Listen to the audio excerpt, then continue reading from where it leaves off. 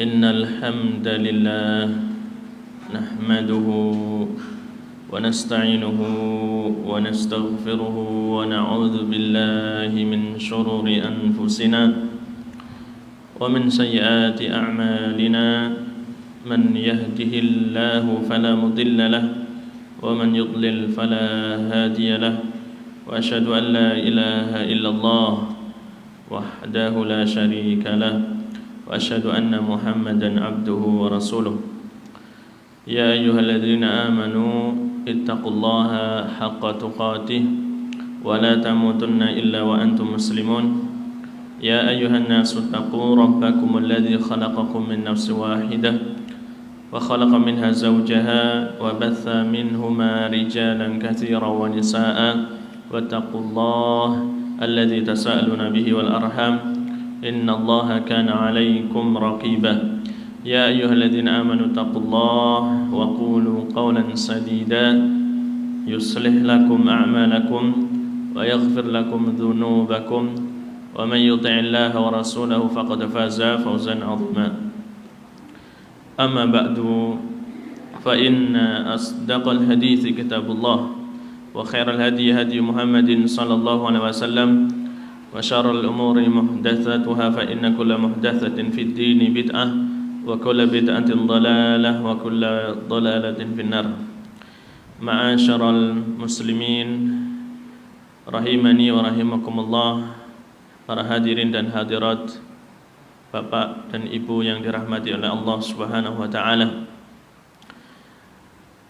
Alhamdulillah, dengan nikmat dan karunia dari Allah Subhanahu wa taala kita bisa belajar kembali di sore hari ini, insyaallah sebagaimana tema yang sudah di-share di flyer ya. Kita akan membahas bab berikutnya di dalam kitab Tauhid, yaitu rincian dari tafsir ya, rincian dari tafsir tauhid itu sendiri. Tafsir dari la ilaha illallah, penjelasan ya lebih dalam tentang la ilaha illallah atau tauhid. Nah, kaum muslimin dan muslimat yang dirahmati oleh Allah, bab-bab yang menjelaskan la ilaha illallah atau menjelaskan tentang tauhid, memang nanti kita malah justru akan belajar tentang kesyirikan. Banyak sekali bab-babnya justru menyebutkan tentang kesyirikan, jenis-jenisnya ya, macam-macamnya. Bukan menjelaskan tentang tauhidnya itu sendiri ya. Kenapa kaum muslimin? Ya karena apa? Kalau tauhid kita sudah jelas, itu menyendirikan Allah Subhanahu wa taala di dalam beribadah ya, atau di dalam rububiyahnya, uluhiyahnya, di dalam asma wa sifatnya. Dan yang menjadi poros pembahasan ya, yang dibawa oleh para rasul, disampaikan oleh para rasul kepada umatnya adalah tauhid uluhiyah, menyendirikan Allah di dalam beribadah kepadanya. Nah, nanti untuk semakin jelas kita mengenal apa itu tauhid, apa itu menyendirikan Allah di dalam beribadah, kita harus mengenali kebalikannya, yaitu kesyirikan. Dan nanti di bab-bab yang akan kita pelajari memang kebanyakannya justru membahas tentang kebalikannya, yaitu kesyirikan.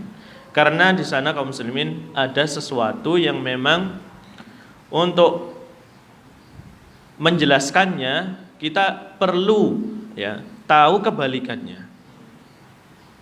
Kita akan tahu apa itu kenyang kalau pernah lapar gitu ya Bu ya. Kalau kita sehat, tahu sehat itu nikmat dan seterusnya. Kalau pernah sakit, Ini sesuatu bisa dikenali dengan jelas, ya, yaitu dengan mengetahui kebalikannya. Ya, kita langsung saja. Berkata sang penulis di sini, babu atau babun boleh, minasyirki, termasuk dari kesyirikan.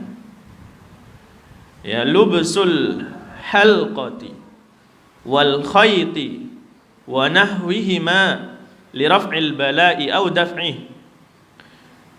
Memakai halqah, gelang-gelang, atau sesuatu yang melingkar, apapun itu, ya, bisa gelang, cincin, ya, kalung pun termasuk di sini halqah, sesuatu yang melingkar dipakaikan di badan, dipakaikan untuk dia sendiri, atau bisa jadi untuk orang lain, untuk anaknya, ya, untuk tetangganya, kerabatnya, temannya yang sakit, ya.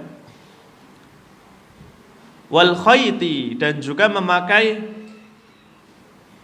benang-benang, sesuatu yang terbuat dari benang dijahit gitu, ya, dibentuk apa gitu, nanti digantung di mana, bisa mungkin di sabuknya, ya, di dalam sakunya, apapun itu, ya, benang-benang, jahitan-jahitan, wa nahwihima, dan semisalnya bisa kita, ya, kiaskan yang seperti itu, yang lain-lain banyak. Untuk apa dipakainya? Li raf'il bala'i au daf'ihi, untuk menghilangkan, mengangkat bala, bala niku napa? Penyakit lah, ya, penyakit, kesialan, apa sih, ya, sesuatu yang mengganggu manusia. Kok jadi apa? Jadi lemah, biar kuat gimana ini? Ada sesuatu yang lemah dari badannya. Dia mencari sesuatu biar menghilangkan kelemahan ini. Atau sakit, ya. Sakit. Suaranya kok enggak gandang gitu, ya. Biar gandang gimana ini? Untuk menghilangkan bala, baik itu penyakit, ya, kesusahan, apalah, ya. Mungkin kefakiran juga bisa.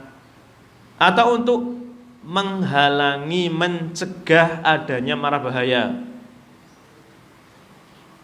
Untuk mencegah mara bahaya sebelum terjadinya. Biar kebal, biar enggak kena sayatan pedang. Ini pakai kalung, pakai sabuk, ya, dan yang lain sebagainya.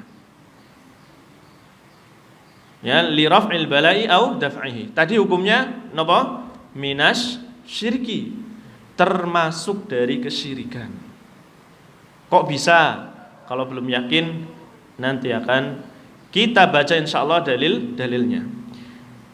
Ya, maksudnya di sini adalah jimat lah, ya. Jimat, ya, apa bahasa lainnya, jimat, terus sesuatu yang diletakkan. Banyak, ya, jimat itu banyak sekali. Mulai cincin, keris misal, ya. Atau bisa, ya, peci atau sabuk, batu, ya. Untuk menolak bala, mencegah, ya, atau menghilangkan bala yang sudah ada, yang sudah terjadi, kemudian biar bisa sembuh gimana, ya, dia mencari sesuatu benda. Yang mencari sesuatu benda. Padahal kaum muslimin yang dirahmati Allah, ya, kita akan mengetahui bahwa yang bisa menghilangkan mara bahaya, yang bisa mencegah mara bahaya alias bala, hanya Allah Subhanahu wa ta'ala. Dan Allah Subhanahu wa ta'ala berfirman, Qul Ini di dalam surah Az-Zumar ayat 38. Katakan wahai Muhammad, kepada siapa? Kepada orang kafir, orang-orang musyrikin di zaman itu, yaitu kaum jahiliyah. Karena memang Bapak Ibu, ini kebiasaan memakai jimat sudah ada sejak zaman jahiliyah 1400 tahun yang lalu. Orang-orang Arab, ya, kaum musyrikin ini memakai jimat. Kalau di Indonesia ada enggak? Banyak masih ya. Walaupun zamannya sudah maju modern, tapi ya tetap masih ada. Padahal yang dipegang itu benda mati, yang dipegang itu cuma ya apa sih gitu ya. Kadang cuma kain, cuma batu, ya. Ada cerita malah ada sampai dilakoni ya Pak ya, mencuri tali pocong misal. Yang lebih ekstrim lagi mencuri kain Ka'bah dipotong pakai gunting ini ya, untuk ngalap berkahnya katanya, biar dapat keberkahannya, atau untuk tolak bala juga bisa, atau bisanya maksudnya menurut mereka gitu ya, dijadikan untuk itu sampai segitunya. Nah, kita akan melihat ayatnya yang membantah keyakinan jahiliyah di masa itu. Qul, katakan wahai Muhammad, afara'aitum ma tad'una min dunillah. Afara'aitum, terangkan kepadaku oleh kalian, ma tad'una min dunillah, apa yang kalian seru dari selain Allah itu, yang berupa berhala-berhala, patung-patung, terangkan padaku. Ya. In aradani Allahu bidurrin, kalau seandainya Allah menghendaki sesuatu sesuatu mara bahaya, sesuatu kejelekan yang menimpaku, dikehendaki oleh Allah, kejelekan ini akan menimpaku.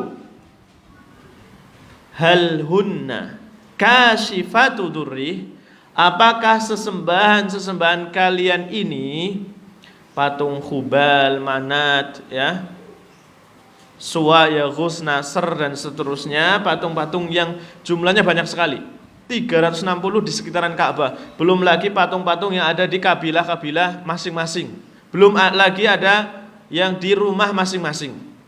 Ini ya, hal hunna kasyifatu durri, apakah mereka bisa menghilangkan mara bahaya tersebut?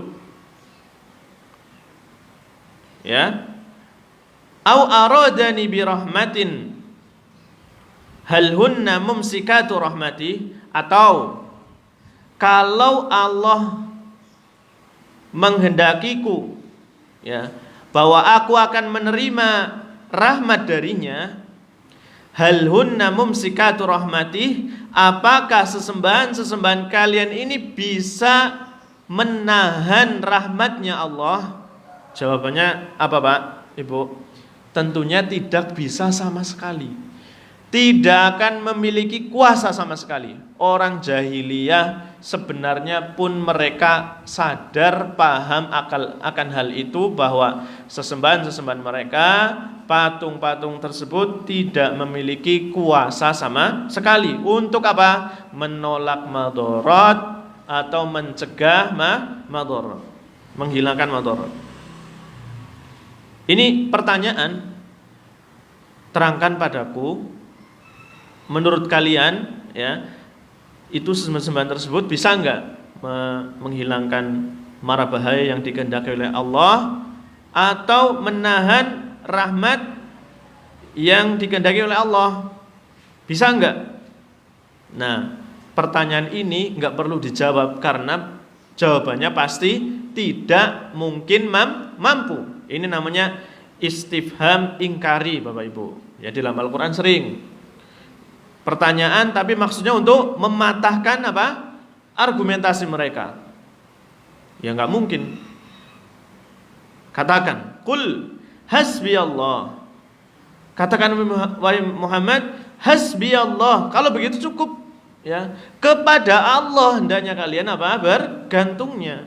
Cukup Allah yang kalian doai, yang kalian mintai untuk menghilangkan bala tersebut atau untuk menolak bala tersebut.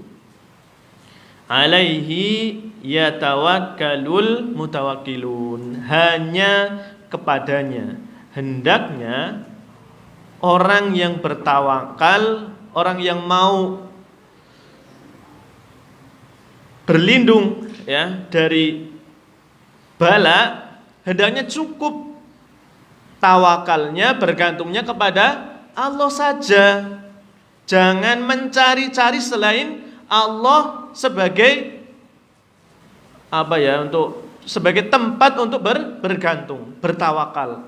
Biar aman, ya, biar lancar, biar kuat dan seterusnya, ya, biar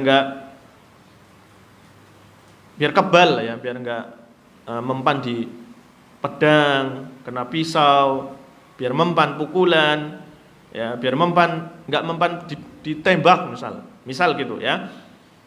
Ya, qul hasbiyallahu alaihi yatawakkalul mutawakkilun. Katakanlah, sebenarnya cukuplah Allah saja yang menjadi tempat kita bertawakal. Enggak perlu kemudian, ya, kita bergantung kepada sesuatu selain Allah Subhanahu wa taala untuk menghilangkan mara bahaya atau menolak mara bahaya, madarat, bala, penyakit, ya, kemiskinan, kefakiran dan seterusnya. Nah, ini ayatnya di dalam surah Az-Zumar ayat 38. Pembahasannya baru secara umum, ya, baru secara umum.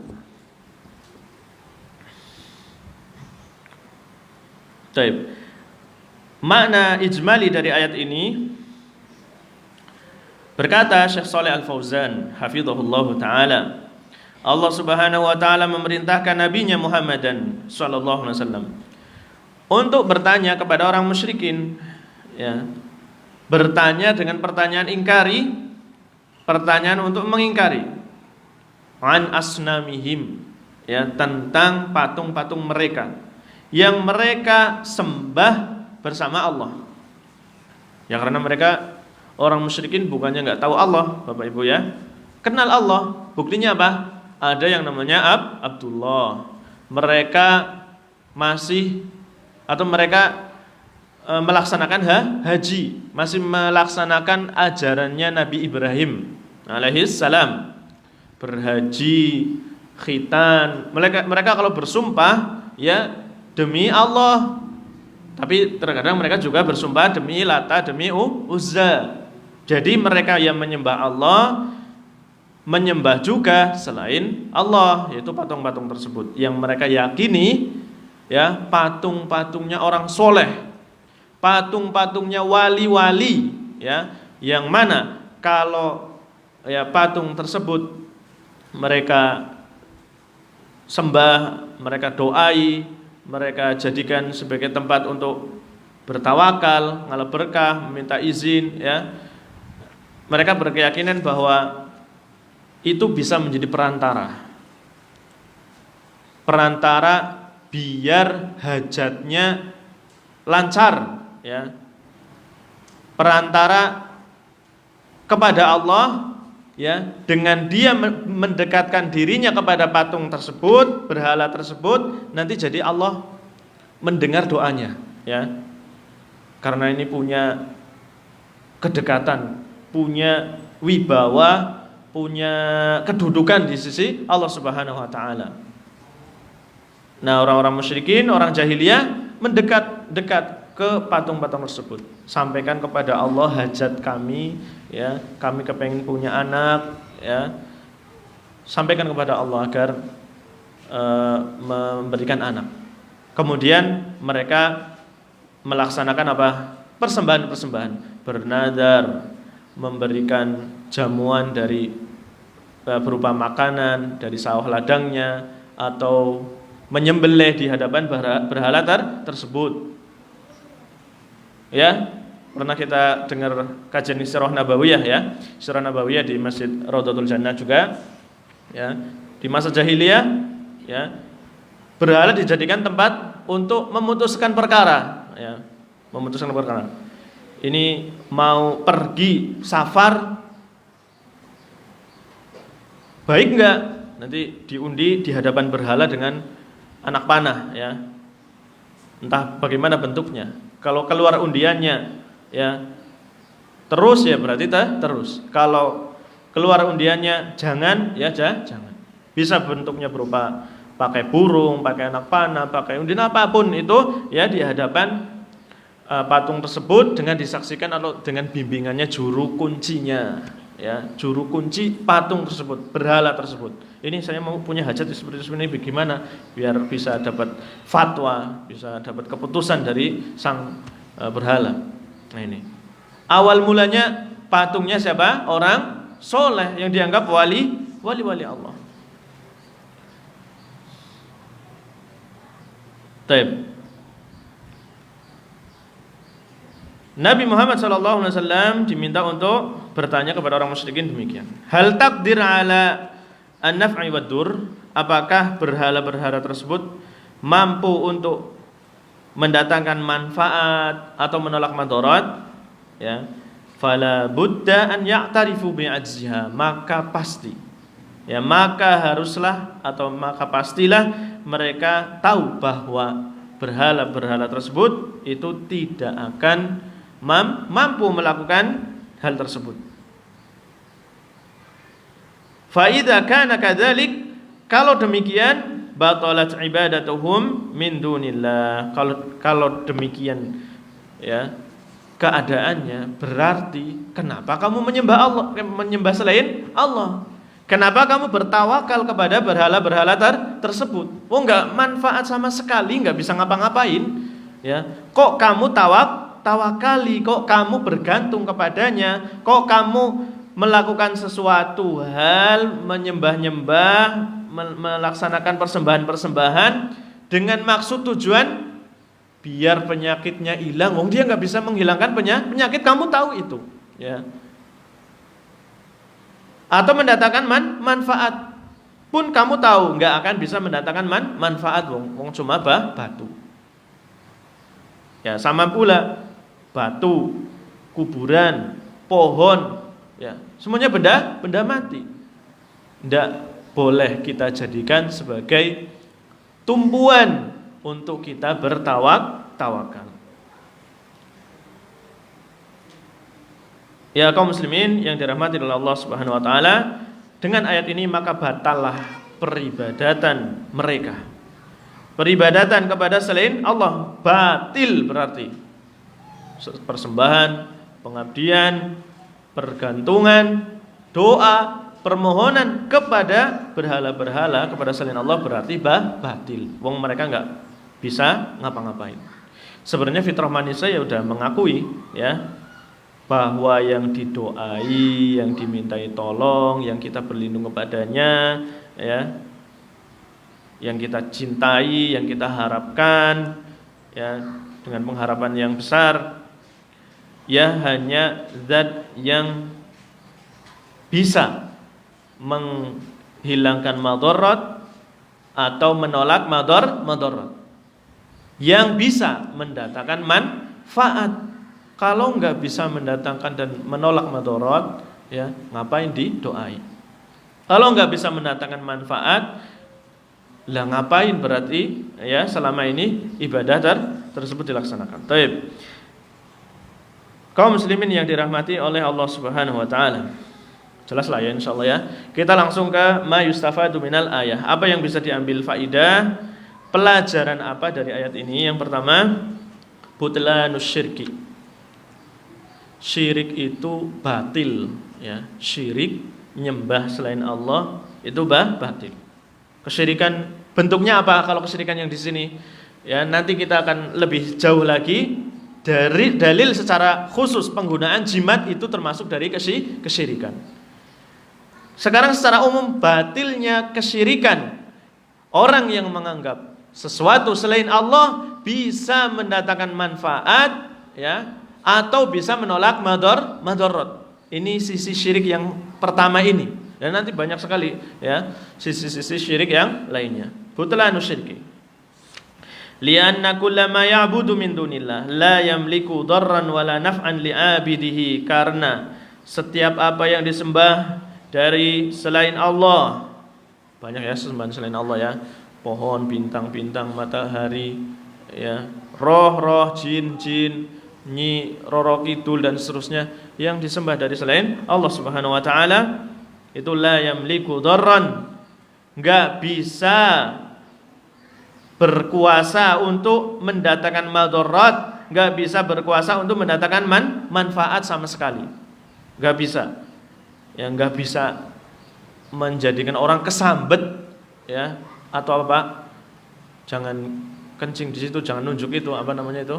Ya kesambet ya. Jadi sial, enggak bisa. Ya. Li'abidihi, untuk penyembahnya itu enggak bisa. Menolak madarat, mendatangkan manfaat itu enggak bisa ya. Maka jangan diibadahi yang seperti ini. Kalau diibadahi gimana? Berarti dosa besar. Enggak cuma merugi, enggak dapat manfaat sama sekali, dia melakukan sesuatu yang sia-sia karena berdoa kepada sesuatu yang enggak bisa mendatangkan manfaat, enggak bisa menolak madarat. Berarti kan sia-sia. Enggak cuma itu, nanti dia dapat dosanya apa? Besar lagi, yaitu kesyirikan. Sesatnya jauh sekali. Oleh karena itu Allah Subhanahu wa taala sering menyatakan bahwa orang yang berbuat syirik itu fi dhalalim mubin, di dalam kesesatan yang sangat jauh, yang jelas. Wa man adallu mimman yad'u min dunillah. Siapa yang ada orang enggak yang lebih sesat daripada orang yang menyeru berdoa kepada selain Allah, mala yadurruhu wa la yanfa'uhu, yang tidak bisa memberikan manfaat, enggak bisa menolak madarat. Baik. Yang kedua kaum muslimin, at-tahdhiru min lubsil halqati wal khayti wa ghairiha li jalbin naf'i aw daf'i dhurr. Peringatan dari memakai halqah, sesuatu yang melingkar, lingkaran ya, kalung, gelang, wal khayt atau benang-benang dan yang lainnya. Kenapa? Sama karena hal tersebut tidak bisa mendatangkan manfaat, tidak bisa menolak madarat. Lijal bin naf'i ya, untuk mendatangkan manfaat atau menolak madarat ya, maka yang seperti ini pun tidak boleh, diperingatkan. Di sini ada peringatan, jangan memakai jimat-jimat ya, karena hal tersebut tidak bisa mendatangkan manfaat atau menolak madarat. Li'annahu syirkun, karena yang seperti itu kesyirikan, min jinsi ma yuradu minal asnam, kesyirikan yang ada pada berhala-berhala di masa jahiliyah. Ya, kesyirikan yang mereka lakukan terhadap berhala-berhala di masa jahiliyah. Baik, yang ketiga. Di dalam ayat ini terdapat pelajaran masyru'iyatu munadzaratil musyrikin li ibtali syirk. Disyariatkan untuk munadzarah, mengajak diskusi orang musyrik. Mendebat boleh, membantah orang musyrik boleh, untuk membatalkan kesyirikan. Ya, ini tugasnya para dai ya. Tugasnya para dai yang memiliki ilmu.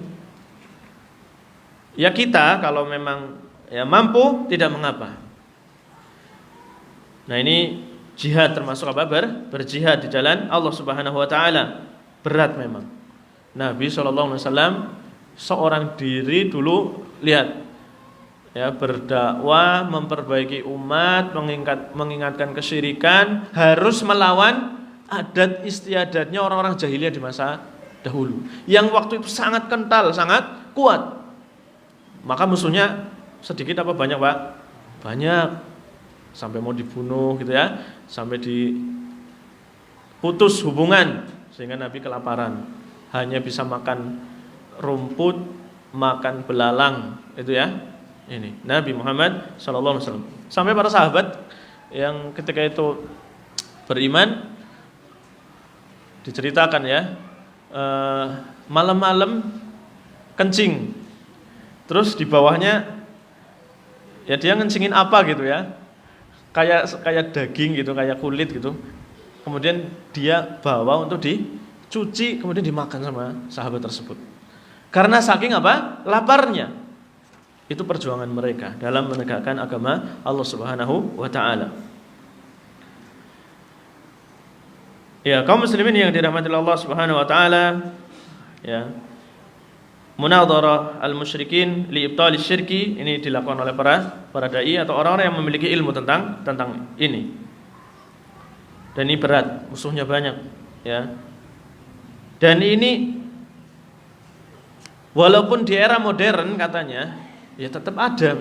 Memang Al-Qur'an demikian masih eksis, ya, menjelaskan tentang kesyirikan, bantahan-bantahannya yang memang terjadi persis, ya, nanti hujah-hujahnya pun tetap berlaku. Ya, orang nanti akan alasannya sama. Kita hanya melaksanakan apa yang dilaksanakan dulu oleh bapak-bapak kita atau nenek moyang kita dahulu. Ini sudah waris mewarisi seperti ini. Kamu nggak usah, ya, kemudian mengharam-haramkan, mensyirik-syirikan. Alasannya sama. Ya, di dalam Al-Qur'an pun diterangkan hal yang demikian. Nah, lanjut. Keempat, wujubul i'timadi 'ala Allah wahdah wa tafwidil amri kulliha ilaih. Wajib i'timad, bersandar, bergantung kepada Allah. Jangan bergantung, bersandar kepada selain Allah. Ya, ulangi, wujubul i'timad 'ala Allah wahdah, wajibnya bergantung, bersandar kepada Allah saja. Wa tafwidil umuri kulliha ilaih, dan menggantungkan perkara-perkara semuanya kepada Allah saja. Ini hatinya ya Pak ya, hatinya wajib bergantung kepada Allah Subhanahu wa taala. Kita enggak boleh semata-mata, misal dalam hal yang ilmiah saja, obat misalnya, kita nggak boleh bergantung kepada obat atau bergantung kepada pak dokter. Apa ada dokter yang menjanjikan kamu pasti sembuh kalau minum ini? Nggak ada ya. Nah, ini nggak ada. Maka kita pun minum obat sekedar ikhtiar, ya, sekedar ikhtiar dengan sesuatu yang memang disyariatkan, dengan sesuatu yang memang ada hubungannya, ada sebab musababnya. Memang obat itu punya kandungan ini dan itu yang bisa, ya, nanti efeknya akan bisa meredakan ini dan itu. Ada, ya. Atau kita melakukan sebab yang memang disyariatkan walaupun secara ilmiah nggak ada, tapi memang ada dalilnya di Al-Qur'an, misal pakai air zam-zam, pakai madu, bekam. Itu memang dari Al-Qur'an ada. Diruqyah dengan surat Al-Fatihah. Ini apa hubungannya, ya, bacaan Al-Fatihah dengan penyakit, misal disengat kalajengking misal. Apa hubungannya? Kalau secara ilmiah memang enggak ada, tapi kalau disebutkan di dalam Al-Qur'an, ini yang namanya sebab syar'i, sebab yang memang disyariatkan itu boleh. Selain itu, ya enggak boleh. Ya, selain itu tidak boleh. Ya, kita kalau punya hajat, ya Pak, udah gantungkan kepada Allah. Dengan cara apa? Misal berdoa kepada Allah. Atau doa yang paling efektif apa? Dengan salat. Ya ayyuhalladzina amanu ista'inu billahi, ya ayyuhalladzina amanu ista'inu bisabri wassalah. Ya, innallaha ma'as sabirin. Wahai orang yang beriman, minta tolonglah kepada Allah dengan sabar dan sholat. Berarti perbanyak sholat sunnah. Atau ada orang menamakan sholat hajat, ya Pak ya. Nah, itu mungkin boleh, ya, karena memang Nabi SAW idza hazabahu amrun faza'a ila shalah. Kalau Nabi SAW itu ditimpa oleh amrun, kesedihan, ya, mungkin ada permasalahan, kemudian segera mencurahkannya di dalam sholat. Pak, kalau lagi punya masalah, ya, lagi punya kebutuhan, kita sholat, sujud gitu ya, atau kita doa, biasanya niat banget nggak? Niat banget, serius biasanya ya. Nah itu, pergunakan fakir kita, kefakiran kita kepada Allah Subhanahu Wa Taala saat itu, pergunakan, karena kefakiran ini bisa menjadi wasilah ya, yang menjadi doa itu mustajab. Di dalam Al-Quran Allah Subhanahu Wa Taala sendiri menfirmankan, A'ilahum ma'allah, itu ya, surat An-Naml, Ammay yujibul muttarra idza da'ah. Ataukah siapakah yang akan mengabulkan doa orang yang muttor, orang yang sedang keadaan darurat apabila dia berdoa. Maksudnya di sini berarti ayat ini menunjukkan bahwa orang yang berdoa dalam keadaan darurat pasti dikabulkan, karena Allah sendiri yang ngomong, ya, yang berfirman. Seperti itu. Kalau kita punya hajat, ya sudah, iktimadnya, sandaran kita kepada Allah. Banyak doa, hati kita pasrah sama Allah. Ya Allah, saya serahkan ini urusan berat banget ya kepada Engkau wahai Allah. Banyak sholat, kemudian dengan banyak sholat sunnah, atau melakukan sebab-sebab yang lain, minta didoakan kepada ibunya misal ya, atau dia melakukan sesuatu amalan yang dicintai oleh Allah Subhanahu Wa Taala, kemudian dia mempergunakan amalan tersebut untuk wasilah berdoa kepada Allah. Ya, ini boleh. Dia memperbanyak sholawat misal, kemudian meminta kepada Allah Subhanahu Wa Taala. Dia punya amalan, misal pernah menolong orang yang mau mati misal, dia pergunakan untuk berdoa kepada Allah. Ya Allah, aku pernah ini dan itu, pernah menolong fulan yang saat itu hendak meninggal dunia. Alhamdulillah saya bisa menolong fulan, maka aku sekarang berdoa, ya Allah, tolonglah aku, misal seperti itu. Ini tidak mengapa. Atau berwasilah ya, menjadikan perantara dengan kefakiran kita ya, yang saat itu, yang benar-benar tidak ada lagi penolong kecuali Allah. Bagaimana Nabi Adam ketika berdoa? Mempergunakan wasilah berupa fakirnya dia. Doanya Nabi Adam ketika bertobat kepada Allah sehingga diampuni Rabbana dzalamna anfusana wa illam taghfir lana wa tarhamna lanakunanna minal khasirin. Ini doa yang sangat bagus. Wahai Rabb kami, dzalamna anfusana, kami telah mendolimi diri kami. Fa illam taghfir lana wa tarhamna, kalau Engkau wahai Allah tidak mengampuni kami, tidak merahmati kami, ya, kalau enggak demikian kami akan merugi gitu ya. Kami akan merugi, enggak ada lagi jalan kecuali Engkau yang merahmati kami, kecuali ampunan-Mu saja. Yang seperti ini, doa yang seperti ini biasanya dikabulkan Bapak Ibu. Ya. Ketika orang berdoa itu sungguh-sungguh benar-benar tidak menghadirkan, kalau dia tidak punya kekuasaan sama sekali, tidak punya jalan keluar lagi, sudah ini cuma Allah saja, sudah ya. Kemudian menghadirkan kefakirannya, kehinaannya, ya, tidak berdayanya dia di hadapan Allah Subhanahu wa Ta'ala. Yang seperti itu pasti dikabulkan, insyaallah ya. Biasanya orang yang lagi butuhnya doa manjur ya, biasanya seperti itu. Ya bisalah, banyak sekali kisahnya. Baik, ini faedah yang bisa kita ambil dari ayat yang tadi di dalam surah Az-Zumar ayat 38. Selanjutnya kaum muslimin, kita akan bacakan dalil yang kedua yang berkenaan dengan bab memakai jimat adalah termasuk dari kesyirikan. Ya, memakai jimat untuk menolak bala dan menghilangkan bala. Dari Imran bin Husain radhiyallahu anhu, ya, Imran bin Husain radhiyallahu anhu, anna Rasulullah sallallahu alaihi wasallam ra'a rajulan, bahwa Rasulullah sallallahu alaihi wasallam pernah melihat seseorang, fi yadihi halqatun min sufrin, di tangannya ada halqah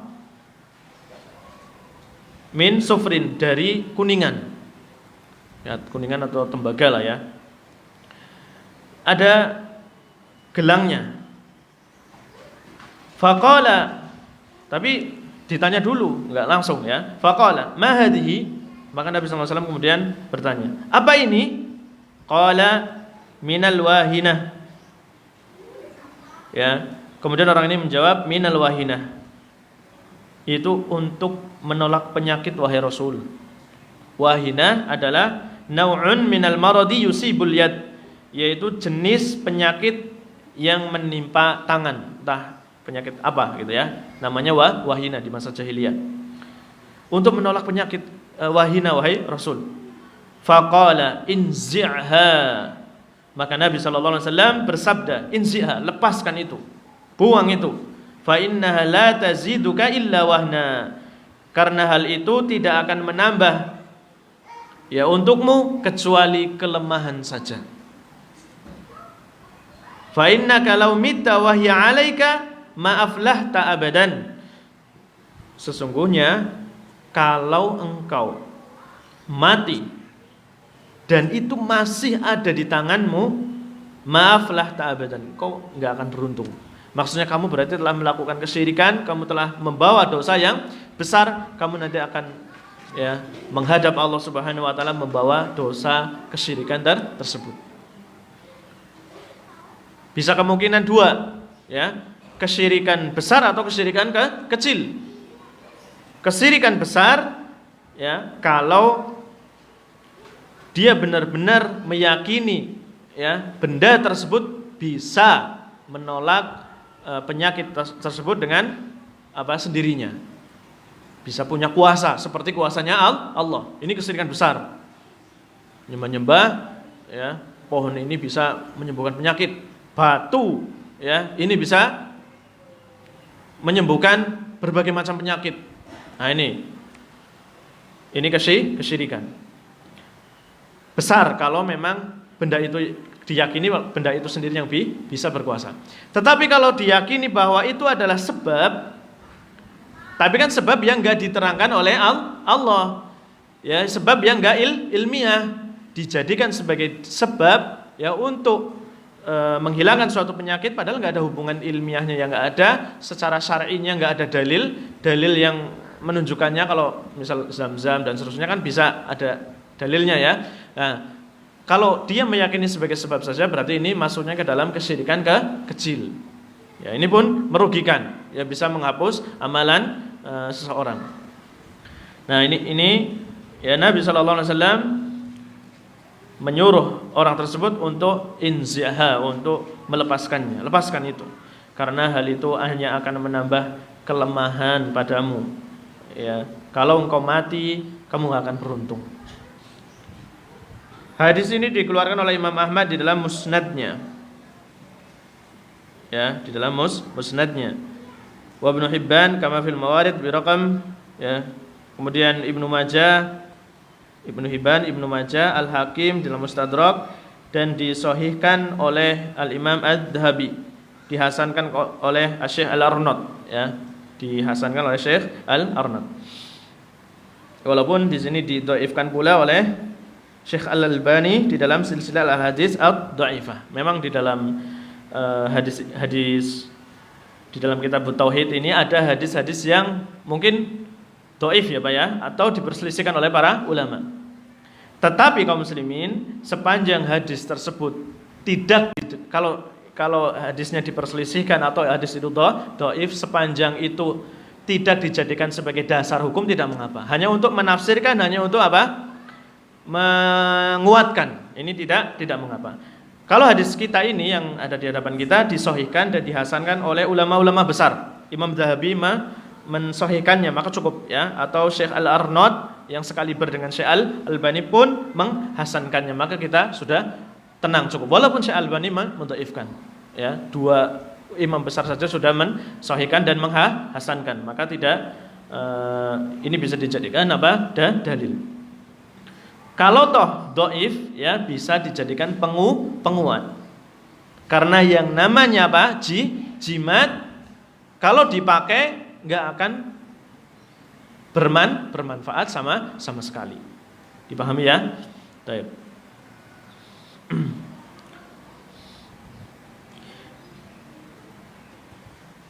Kemudian apa makna ijmali dari hadis ini? Yadhkuru lana Imran bin Husain radhiyallahu anhuma. Imran bin Husain telah menyebutkan kepada kita tentang sikapnya Rasulullah sallallahu alaihi wasallam dalam memerangi kesyirikan dan di dalam memurnikan akidah manusia. Dan mauqif tersebut, sikapnya Rasulullah, yaitu bahwa beliau absara rajulan, melihat seorang labisan halqah, ya, memakai gelang atau lingkaran atau apa ya, ini halqah pokoknya sesuatu yang melingkar, bisa gelang, bisa kalung dan seterusnya. Masnu'atan minas sufri, yang terbuat dari kuningan.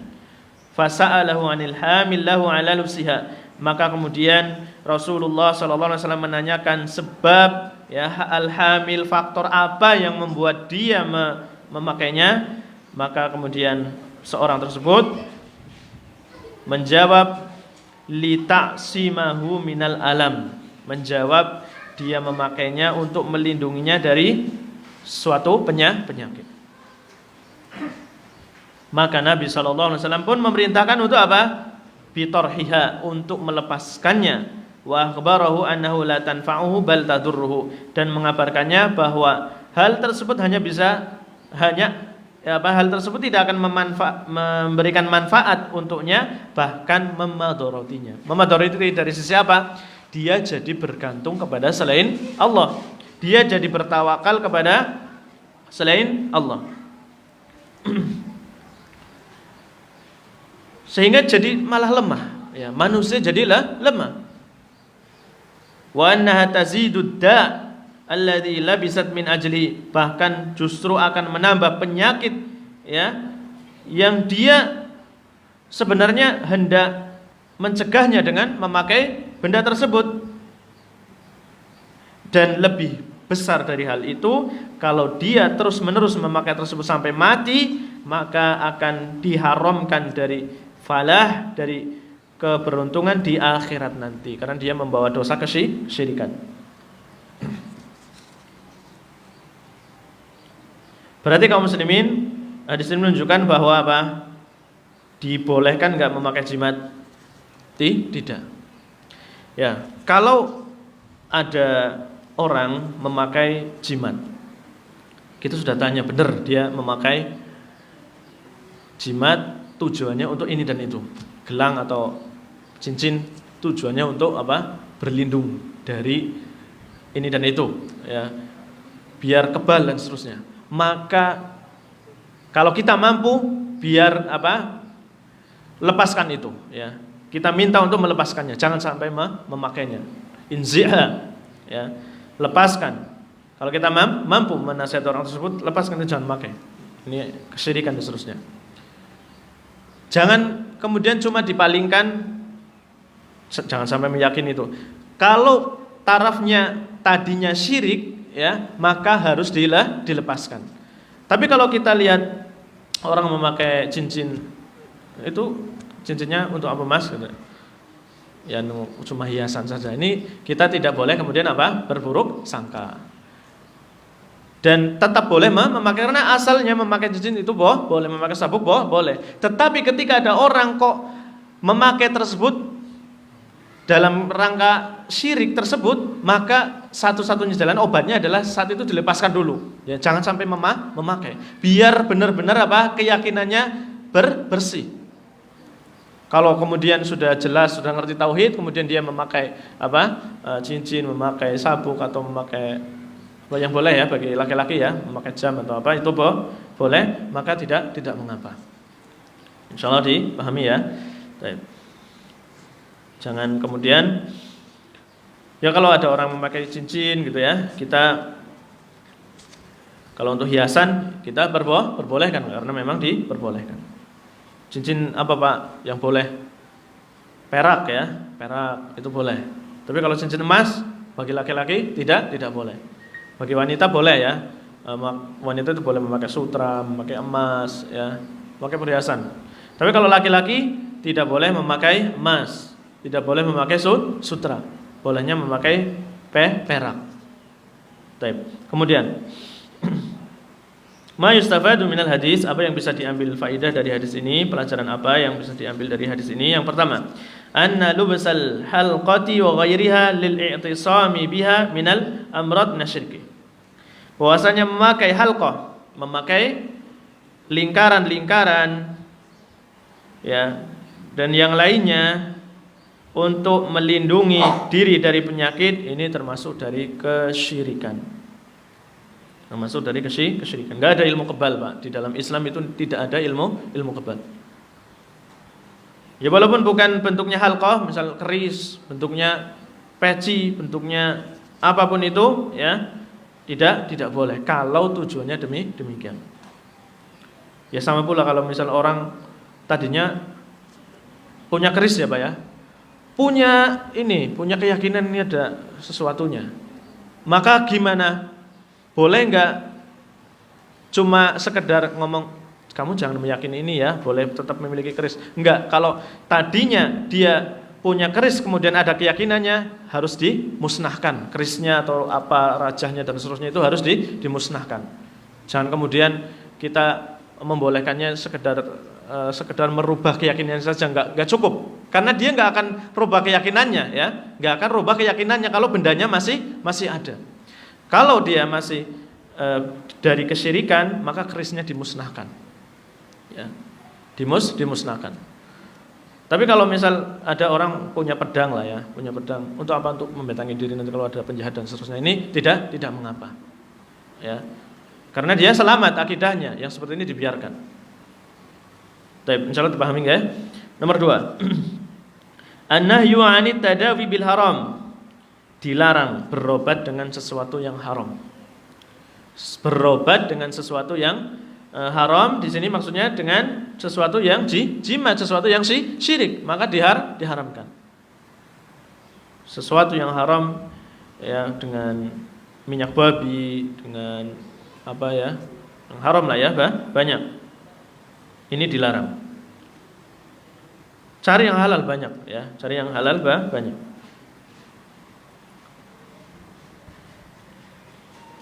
Kemudian nomor 3, ingkarul munkar wa ta'limul jahil. Mengingkari kemungkaran dan mengajari orang yang tidak tahu, ini dianjurkan. Mengingkari kemungkaran dan ta'limul jahil. Dan apa? Mengajari orang yang tidak tahu, ini kesyirikan.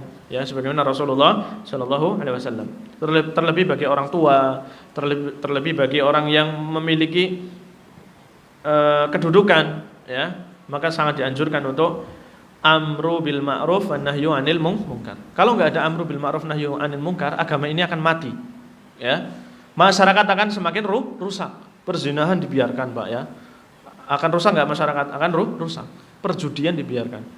Ya. Islam ini atau umat Islam ini mulia karena sisi mulianya, istimewanya umat Islam daripada yang lain-lainnya, daripada Yahudi ataupun Nasrani, ya, karena berjalannya al-amru bil ma'ruf wa nahyu 'anil munkar di tengah-tengah mereka. Sedangkan umat Yahudi riba ya riba, zina ya zina, kadang mereka memanipulasi apa? Kitabnya bahkan. Ya, kesyirikan yang tetap dibiarkan syirik. Bahkan kemudian pemuka agamanya mengharamkan apa yang Allah halalkan atau menghalalkan apa yang Allah haramkan. Justru dosanya lebih besar. Sebagaimana yang sudah kita sebut ya di bab sebelumnya, bahwa orang Yahudi, orang Nasrani, mereka menjadikan ahbar war ruhban, ya, orang-orang berilmunya, alimnya ataupun ahli ibadahnya sebagai sesembahan dari selain Allah. Menyembah mereka dengan cara apa? Mengikuti, tunduk terhadap aturan mereka yang bertentangan dengan syariat Injil ataupun Taurat saat itu. Allah menyuruh memakai apa? Kerudung bagi wanita. Di agama Yahudi, Nasrani, Islam semuanya diajarkan. Tapi mereka kemudian memanipulasi. Enggak, ini maksudnya hanya memakai penutup kepala gitu ya. Apa ininya, lehernya boleh ditampakkan. Sehingga mereka kerudungan tapi apa? Sudah enggak enggak menutup sebagaimana seharusnya. Kalau orang muslimah kerudungnya Masya Allah ya. Orang Yahudi masih ada ya yang pakai cadar, bahkan masih ada kalau orang ya Yahudi. Allah melarang untuk apa? Mengkonsumsi babi misalnya. Ada di dalam kitab mereka manipulasi lagi. Yang dimaksud babi di sini bukan babi yang diternak, itu maksudnya babi liar gitu ya. Toh mereka babi liar makan juga ya, walaupun seperti itu. Babi liar juga makan juga. Nah, seperti itu. Berzina mereka halalkan, bahkan LGBT pun mereka halalkan. Nah, ini karena apa? Tidak adanya al-amru bil ma'ruf wan nahyu 'anil munkar di tengah mereka. Kanu la yatanahawna 'an munkarin fa'aluh. Mereka itu tidak mengingkari kemungkaran yang mereka lakukan. Nah, kita kaum muslimin ya, kalau hendak sejahtera, hendak maju negaranya ya, maka al-amru bil ma'ruf wan nahyu 'anil munkar harus jalan. Dalam sebuah masyarakat harus ada orang yang seperti ini. Ada orang pacaran dibiarkan ya ini nanti rusak. Lama-kelamaan apa? Rusak. Semampu kita nasihati. Kalau kita akan sekedar menasihati ya, jangan sampai dibiarkan yang namanya kemungkaran. Terlebih kalau punya kedudukan, maka bikin peraturan-peraturan. Jangan ada yang masuk misal rentenir ke desa ini ya. Jangan ada yang masuk tidak boleh berdua-duaan selain mahram. Yang seperti ini boleh ya dilaksanakan dan sangat baik dilaksanakan untuk menjaga masyarakat. Dan kemudian dararus syirki fid dunya wal akhirah. Jeleknya atau bahayanya kesyirikan di dunia dan di akhirat. Di dunia gimana Pak? Orang jadi lemah, orang jadi pesimis, orang jadi bergantung kepada benda. Apa-apa jadi nyari-nyari benda. Padahal orang berakal, manusia mulia, kok kemudian bergantung pada sesuatu benda. Tidak bergantung kepada Allah Subhanahu wa taala. Di akhirat jelas kesyirikan itu dosa yang besar yang tidak diampuni oleh Allah Subhanahu wa taala. Kemudian yang kelima, istifsalul mufti wa i'tibarul maqasid. Ya. Seorang mufti boleh untuk merinci, meminta rincian kenapa itu kamu memakai seperti itu, ya. Kemudian yang dinilai adalah maksudnya. Oh, dia memakai maksudnya seperti ini berarti syirik. Inziha, kalau begitu lepaskan. Ya, lain halnya kalau misal ini hanya untuk hiasan, untuk perhiasan. Ini tidak mengapa karena maksudnya benar, ya, maksudnya baik untuk perhiasan. Kemudian yang keenam, anna syirkal asghar akbarul kabair. Bahwasanya kesyirikan kecil ini merupakan akbarul kabair, dosa besar yang paling besar.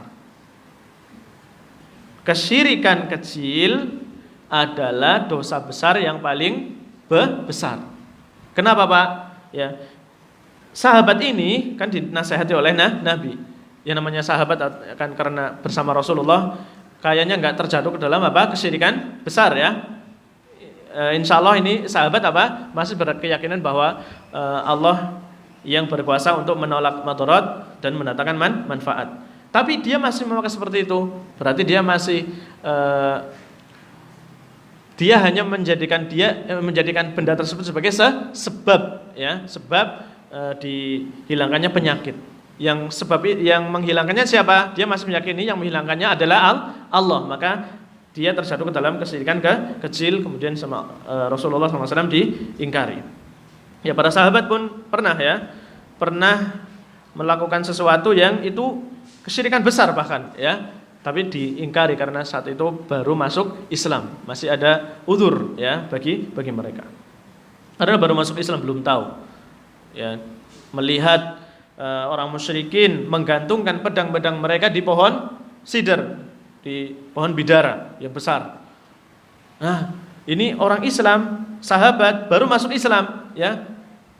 Lihat seperti itu kepengen, ya Rasulullah, kita kok enggak bikin pohon bidara seperti itu untuk ini tabarruk, ya, biar pedang kita diberkahi gitu ya. Jadikan sesuatu seperti itu wahai Rasulullah. Nah, ini kesyirikan besar. Kemudian Rasulullah mengingkari, ya. Kemudian kaum muslimin yang ketujuh, anna syirka la yu'dzar fihi bil jahli, bahwasanya kesyirikan kesyirikan itu tidak diberi udzur walaupun dia nggak tahu. Ya, yang namanya kesyirikan, ya, terlebih Islam sudah tersebar seperti ini tidak ada udzur lagi kalau orang itu bodoh nggak tahu. Kenapa nggak belajar? Itu ya. Kenapa nggak belajar? Dan kesyirikan dosa yang sebenarnya jelas. Nabi SAW pun sudah menerangkan. Secara akal manusia sebenarnya sudah jelas pula. Hati nurani pun ya tahu bahwa benda-benda itu tidak akan punya manfaat, tidak bisa mendatangkan madarat. Yang namanya kesyirikan tidak ada udzur, ya. Kalau orang tersebut tidak tahu, harus diingkari, ya. Dan kita menghukuminya sebagai musyrik. Kalau ada orang misal pedalaman, Pak, mungkin belum datang Islam. Mungkin ya belum datang Islam. Di saat ini, maka kalau dia mati, ya kita katakan apa? Orang kafir. Di zaman ini sudah kita katakan orang kafir. Perkara nanti dia dapat uzur di hadapan Allah itu kita nggak tahu. Pokoknya dia mati bukan di atas agama Islam, berarti kafir, ya, musyrik, dia keyakinan kita dia masuk neraka. Perkara nanti dia mendapatkan uzur karena belum sampai dakwah, itu urusan dia dengan Allah. Seperti itu ya, Allah taala alam.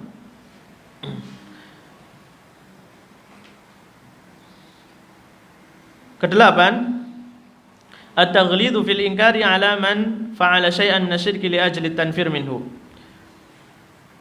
Hendaknya keras dalam mengingkari orang yang melakukan kesyirikan, agar supaya orang-orang itu lari dari kesyirikan. Jadi diperbolehkan ya mengingkari kesyirikan itu dengan kekerasan. Tapi bagi siapa Pak, kalau memang ini kondisinya mendukung. Nabi kan menjadi apa? Tokoh panutan umat. Maka boleh mengingkari kesyirikan saat itu dengan keras. Karena biar umat tahu, paham.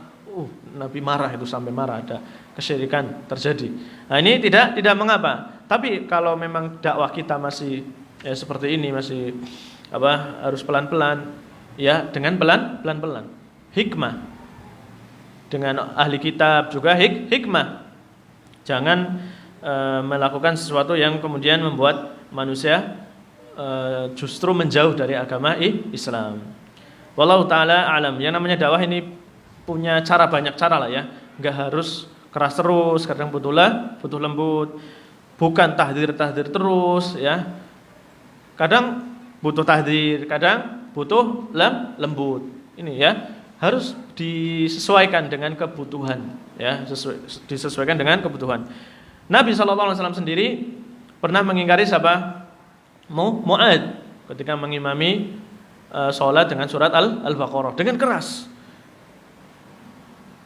Kemudian mengingkari pula sahabat yang membunuh orang kafir yang mengucapkan la ilaha illallah. Lagi perang, orang kafir mengucapkan la ilaha illallah, kemudian perang lagi, melawan lagi gitu ya. Kemudian dikejar, mengucapkan lagi. Nah, dia ya, sahabat tersebut kemudian membunuhnya. Ya, Nabi SAW kemudian marah. Apakah engkau membunuh ya orang yang mengucapkan la ilaha illallah? Walaupun alasannya sahabat tersebut itu hanya untuk tameng saja ucapannya, tapi nggak diterima karena kita tidak boleh menghakimi hati-hati manusia. Kita harus menilai manusia berdasarkan zahirnya saja. Ya. Dia mengucapkan la ilaha illallah udah terima, berarti dia Islam. Perkara dia munafik atau enggak itu bukan urusan kita.